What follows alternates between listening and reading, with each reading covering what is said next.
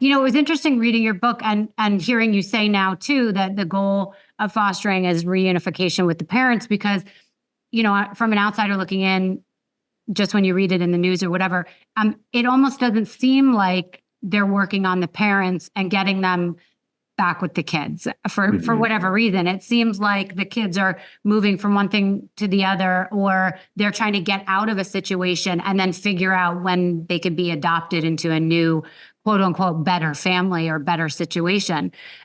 So I think that's great that that's what the goal is. But like, what's the criteria for a family to be ready to take their child back? It's interesting. This was always sort of a sore spot for me because the term that they called was minimum standard of care. Like they need to be able to provide the minimum standard of care. And I thought, well, Rachel, your minimum standard and my minimum might be around the same, but they're probably not identical, right? There's different things and same, so who's minimum in that sense? But it really, what it comes down to is, that connection to their biological family, that sense of belonging we all have with where we come from, is really powerful.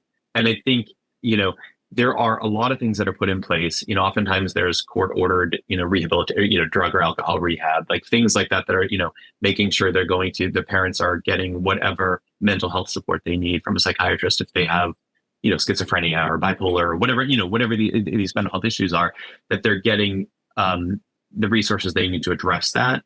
And then they're doing visitations. Sometimes they have to take parenting classes, anger management. It really depends what, each situation is so different.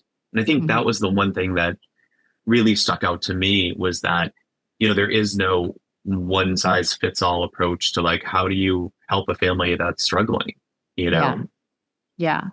Okay. So now I want to talk about your situation. When you first learned you were getting these two brothers, tell me about that and what that was like. Yeah. So I had jokingly said, yeah, we'd take two kids, thinking it meant like if mom had a baby 3 years down the road, could they call us? I didn't realize that meant, we would get two at the same time. It was just my own naivety, like, honestly. And we had heard stories of people where like mom went outside to smoke a cigarette at the hospital and never returned. And so we thought that's what we would get, this like slam dunk case because they knew we wanted to adopt. And truthfully, what they were thinking was, here are two guys that are willing to take, more than one kid under the age of 3. So let's, and they got a big house, let's do it, So we were like, all right. So when they called, we had both sort of cleared our calendars where we were going to be home, no traveling like that entire month of June. And everyone else in our group of foster parents that all went through class training and approval and stuff, that we all had the same due date, I was calling it. And they all got placement within like 36 hours of being, June 1st, their phones just started blowing up. And for us, nothing happened. And like 2 weeks went by, and I had one day that I had said I would travel. I had to go give a speech at Stanford, and it was like the one day that I had committed to like a year and a half. And of course, that was the day the call came in. So when I like leave a meeting, there's like 7 missed text messages, 9 missed calls from Jason. And, the phone number the Google phone number we had set up for all our calls. Anyway, when I came out, he was like, they've got 2 little boys, they're 3 months and 13 months old. They needed to know hours ago. What do you think? And that was about 1:00 in the afternoon when they called. At 5:00, the 2 boys were at our house, and I didn't get home till after 10 that night. Oh, wow. Oh my gosh. So, okay. So what was that like the first day, the first night? How does that happen? It was so crazy. I mean, these kids show up, they have no, like, it's not like, like an adult shows up with like a driver's license, maybe a birth certificate. We didn't have any of that stuff. And all I could think to myself is like, if there's an emergency, I'd take them to the hospital. They're going to think I kidnapped them. Like, this is so weird. There was no like real identification paperwork sort of thing.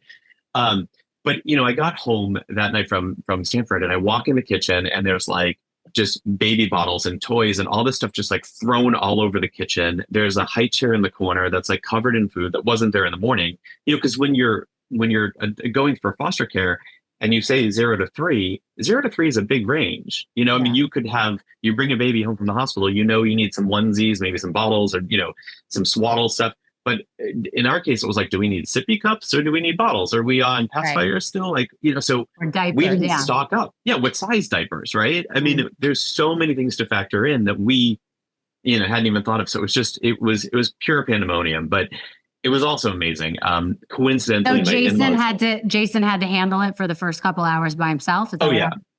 Oh yeah, we had my cousin lives nearby. She was there helping out, and then another friend went to Target for him and bought a whole bunch of stuff for us, and Oh. you know, and then his parents just coincidentally had been flying in that night, and so they got in, well after I got home that night, and then they stayed with us for about a week or so, just for a pre-planned visit, but perfect timing. So it was really amazing because they were there with us. And then we have just a big community of friends and support, that system that was around us that really stepped up, and it was amazing. And how much background did you have on these two children? Really nothing. We knew, that they were 3 months old and 13 months old. But although the first time they called, we thought that they were Latino twins. So we really didn't know. And they were, two little boys with blonde and strawberry long hair. They and so it's like the game of telephone, when they call you to see if you'll take this, and so you're asking all these questions, but they don't really know all the answers. Right. We knew that they had a mom and a dad. We knew that the parents had been told there were a lot of things they had to do. That they had an older sibling who was adopted out, which typically means when you have a sibling who is adopted out, the odds aren't as likely that they're going to reunify. And since, we were really hoping to get in a situation with kids who were young, who were probably not going back, it felt like this was sort of a safe choice for us, Yeah. What was that like living though in that middle ground of not knowing if these could be your kids, or if you had to love them as much as you can, but almost keep a distance because you're going to have to give them back? I mean, I just know with fostering a dog, it's terribly hard to give up the dog to anyone else, to be like, they can't take care of this dog the way that I can. So I can't imagine not knowing, if like how this is going to turn out. It would just be terrible. Yeah, that was something that I was not at all prepared for. I think in my head, I had baby fever, and I thought these kids are going to arrive, they're going to be ours, and that's it.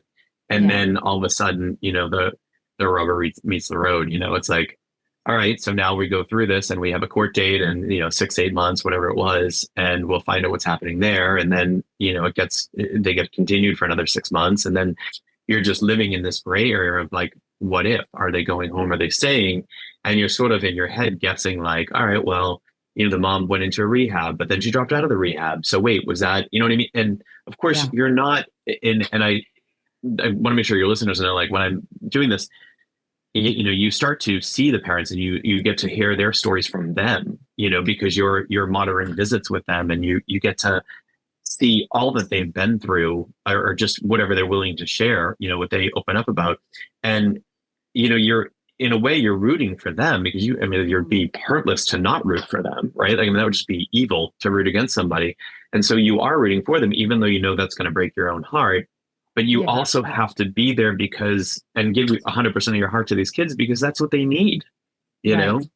It's so interesting that you say that, though, because I just feel like I can imagine there would be a lot of animosity, that the birth parents would be angry and jealous that somebody else was now raising their kids, and someone like you and your husband might look at it in a different light of not being judgmental, but just being like, oh my God, there's no way that these people can take care of these children, seeing what they're like. So, I mean, I think obviously your compassion, and I know from your husband having some issues in the past, and being able to understand them and be empathetic, that probably really helped the situation at the time create, some sort of relationship. I mean, talk about the relationship that you had. Without a doubt, it's funny. It's like what you don't think about in foster care or in adoption in general, like private adoption, is that all adoptions start with a loss, right? We think about that moment with the judge and the courthouse and the balloons and all your family and friends and loved ones cheering you on as this adoption happens. But we never think about, in order to get there, a child had to be removed from their family.